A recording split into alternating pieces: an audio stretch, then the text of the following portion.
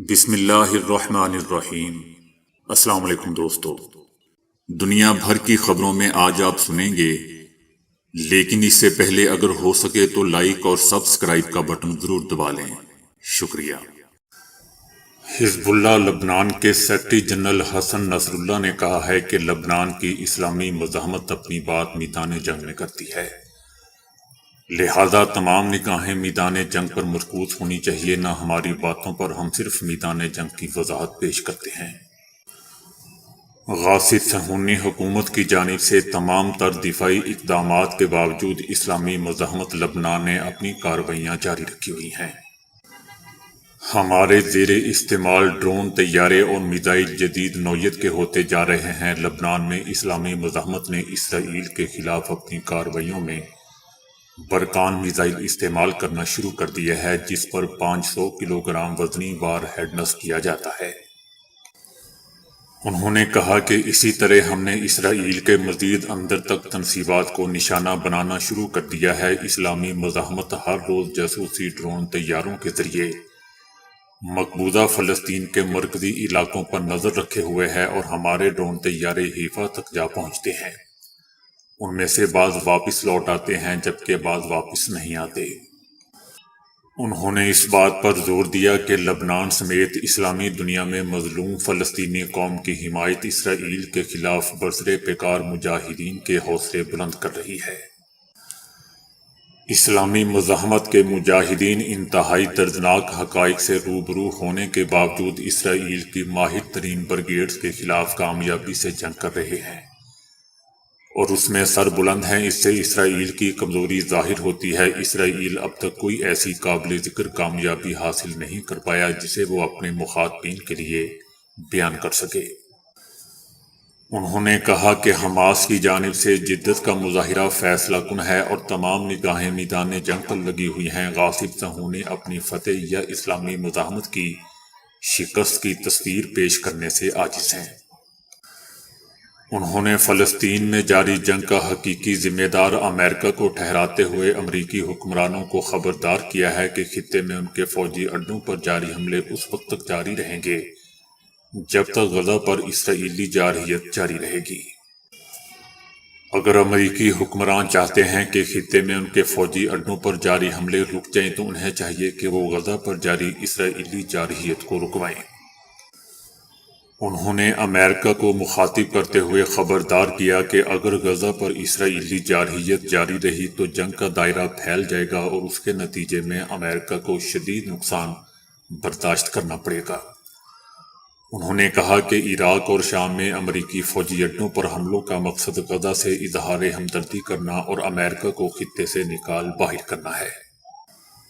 شام نے بہت سنگین ذمہ داری سنبھال رکھی ہے، اور وہ فیصلہ کن پوزیشن کا حامل ہونے کے ساتھ ساتھ اسلامی مزاحمتی گروپوں اور مجاہدین کی میزبانی میں بھی مصروف ہے، اور اس کے ممکنہ نتائج کا بھی ڈٹ کر مقابلہ کر رہا ہے۔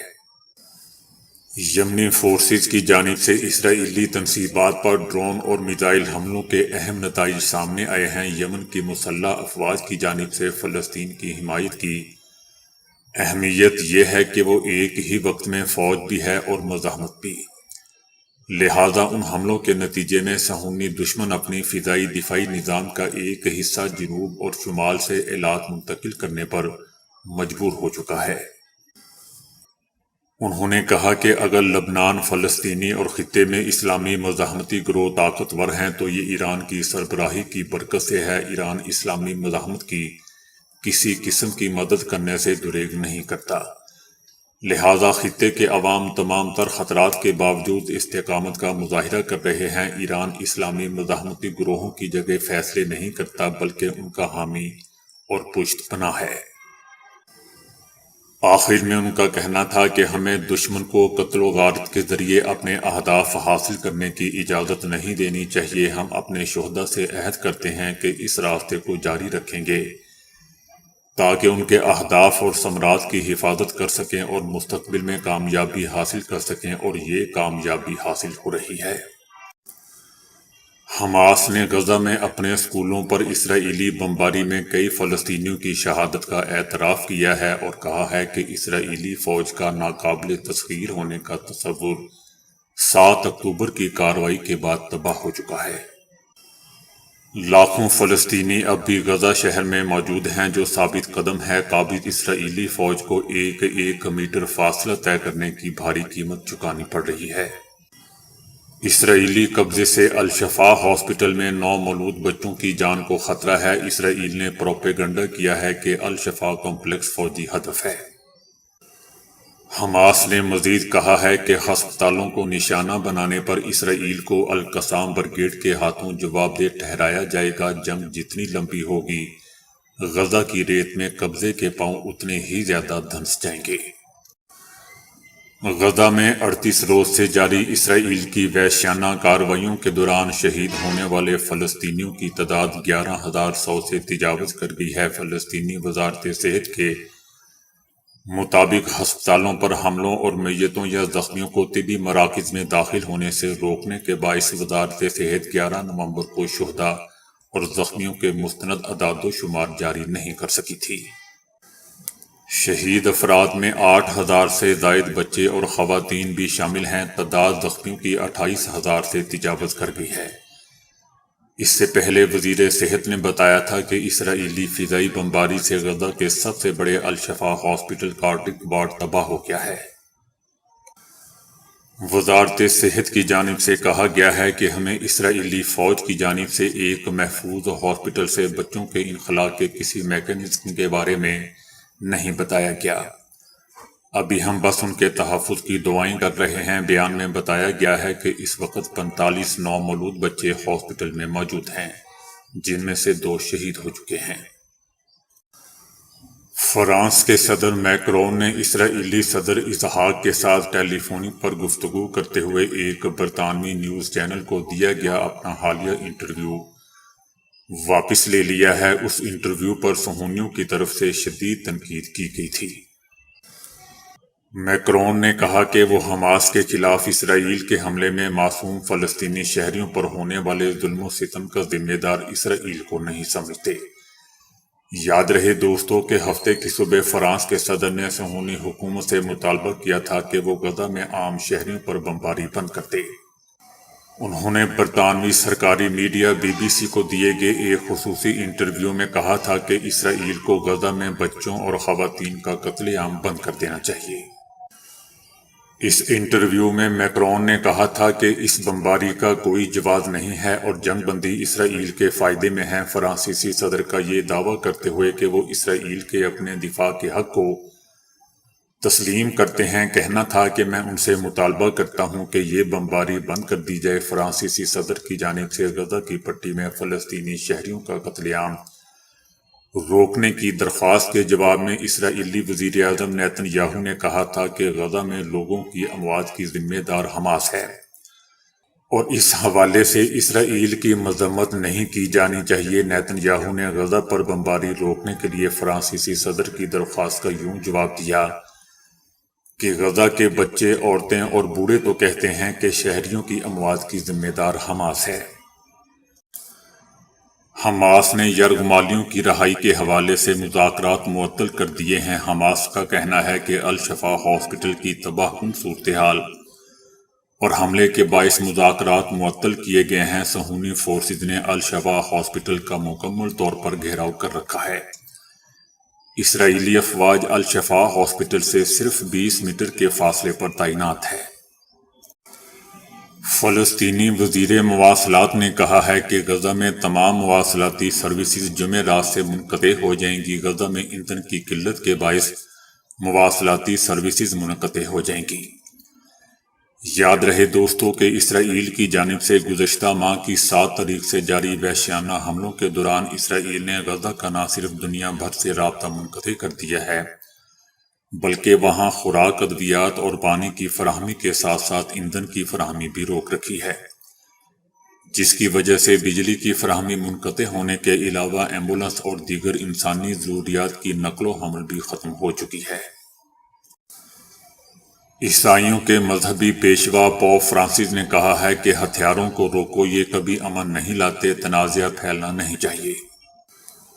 ان کا کہنا تھا کہ بہت ہو گیا بھائیوں، بس بہت ہو گیا، غزہ میں زخمیوں کی دیکھ بھال فوری ہونی چاہیے۔ پوپ فرانسس نے مزید کہا کہ شہریوں کی جانوں کا تحفظ یقینی بنایا جائے، غزہ میں انسانی امداد میں اضافہ اور یرغمالیوں کی رہائی کی جائے۔ انہوں نے کہا کہ عیسائی، یہودی، مسلمان اور ہر مذہب اور ملک کا انسان خدا کی نظر میں اہم ہوتا ہے۔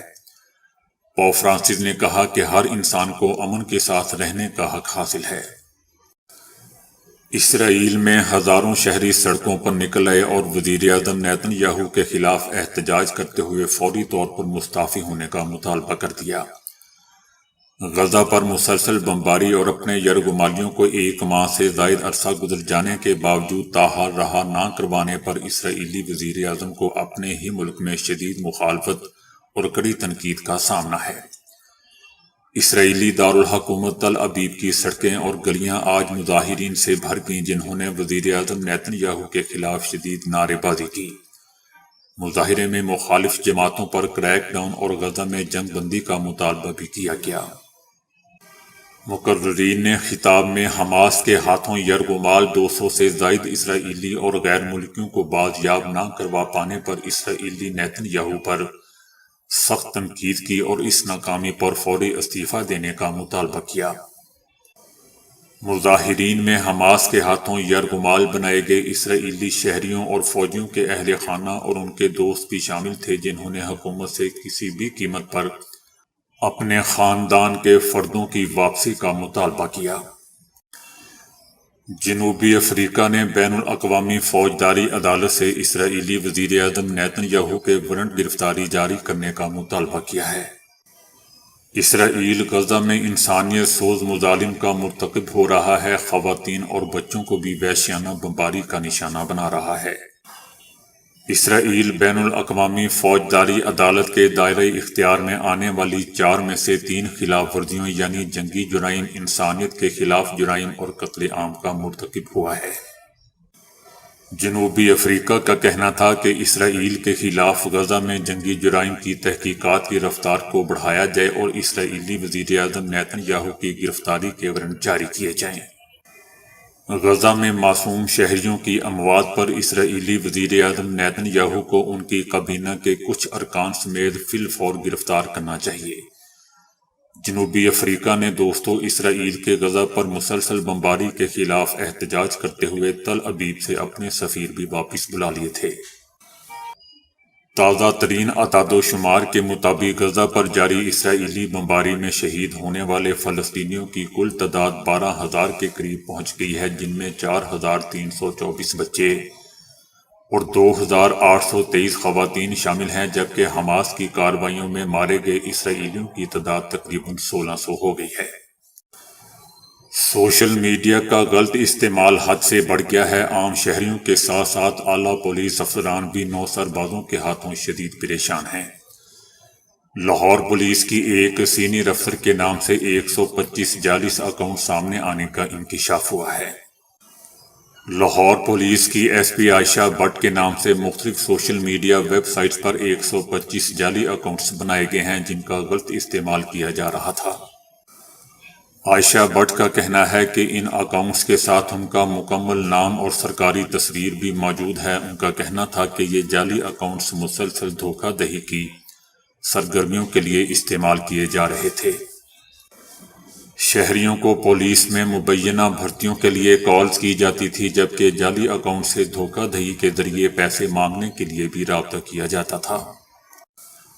شیخ رشید احمد کا کہنا ہے کہ چلے کے اثرات ابھی باقی ہیں، ختم نہیں ہوئے۔ ان کا کہنا تھا کہ چلے کے دوران میرے خلاف ایسے شہروں میں مقدمات درج ہوئے جہاں میں کبھی گیا ہی نہیں تھا۔ ان کا کہنا تھا کہ مخالفین سیاسی مہم چلاتے رہے، کوئی فرق نہیں پڑتا، ہارتا وہ ہے جو ہار مانتا ہے، اللہ سے مدد کی امید ہے۔ لوگ کہتے ہیں کہ آپ سیاست نہیں کرتے، جس دن الیکشن شیڈول آئے گا اس دن ہم بھی سیاست کریں گے۔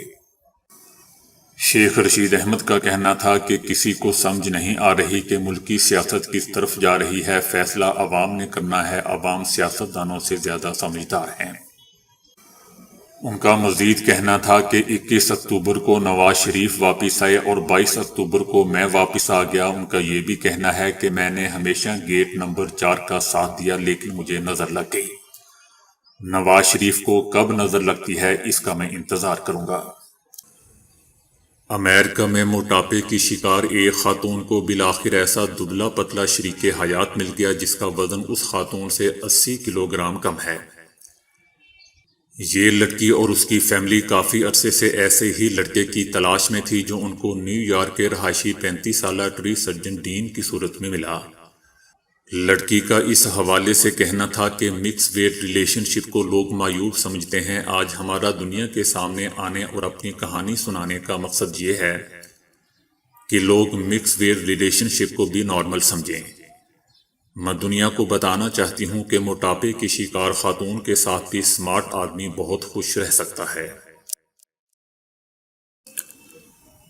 آسٹریلیا کے ایک شو میں میزبان نے سامعین سے اپنے شریک حیات سے بولا گیا ایسا جھوٹ بتانے کو کہا جو انہوں نے شریک حیات سے تعلق کے آغاز میں بولا اور طویل عرصے تک اس پر قائم رہے۔ اس پر لوگوں نے کچھ ایسے جھوٹوں کا انکشاف کیا کہ سننے والوں کی شاید حیرت کی انتہا نہ رہے۔ ایک خاتون نے بتایا کہ جب میں اپنے موجودہ شوہر سے پہلی بار ملی تو میں نے اسے بتایا کہ میں ایک آرٹسٹ ہوں اور یونیورسٹی سے گرافک ڈیزائن میں ڈگری بھی لے رکھی ہے۔ بعد میں میں نے اس کا اور اپنا ایک پورٹریٹ ایک آرٹسٹ سے بنوایا اور اسے بتایا کہ یہ میں نے خود بنایا ہے۔ آج میں اس شخص کی بیوی اور اس کے 2 بچوں کی ماں ہوں اور وہ آج بھی سمجھتا ہے کہ میں نے واقعی یونیورسٹی سے آرٹ ڈگری لے رکھی ہے۔ ایک خاتون نے میزبان سے بات کرتے ہوئے اعتراف کیا کہ وہ اپنے شوہر سے چوری کئی سالوں سے پلاسٹک سرجری کروا رہی ہے۔ اس خاتون نے بتایا کہ میرے شوہر نے جب بھی مجھے بتایا کہ اسے خواتین میں کیا چیز اچھی لگتی ہے میں اسی لحاظ سے اس چیز کی پلاسٹک سرجری کروا لیتی۔ خاتون کا کہنا تھا کہ میں اب تک اپنے ہونٹوں، ناک، رخساروں وغیرہ کی پلاسٹک سرجری کروا کے انہیں اپنے شوہر کی پسند کا بنوا چکی ہوں، اور میرے شوہر کو اس بات کا علم نہیں ہے کہ میں پلاسٹک سرجری کروا رہی ہوں۔ ایک آدمی نے بتایا کہ میں ایک روز سٹور میں شاپنگ کر رہا تھا، میرے ہاتھ میں واکی ٹاکی تھا، وہیں میری ایک لڑکی سے پہلی ملاقات ہوئی اور اس نے پوچھا کہ یہ ریڈیو کس مقصد کے لیے اٹھا رکھا ہے تو میں نے شو مارنے کے لیے کہہ دیا کہ میں پرائیویٹ انویسٹیگیٹر ہوں اور اس وقت اس سٹور میں کسٹمرز کی انویسٹیگیشن کے خفیہ مشن پر آیا ہوا ہوں۔ وہاں سے ہمارے تعلق کی ابتدا ہوئی اور میں ہر ملاقات میں واکی ٹاکی اپنے ساتھ لے کر جاتا۔ بالآخر اس نے اپنے والدین سے ملوانے کے لیے مجھے گھر بلایا جہاں اس کے باپ نے کہا کہ وہ بھی پرائیویٹ انویسٹیگیٹر رہ چکا ہے۔ اس نے مجھے اپنی ایجنسی میں نوکری کی پیشکش کر دی۔ یہ سن کر میں بوکھلا گیا، کیا اب میرا جھوٹ پکڑا جانے والا تھا؟ چنانچہ میں نے اس لڑکی کے سامنے شرمندگی سے بچنے کے لیے اس کے ساتھ تعلق ہی ختم کر دیا۔ تو دوستو ابھی کے لیے اتنا ہی۔ ویڈیو کو لائک اور شیئر کرنے کا بہت بہت شکریہ۔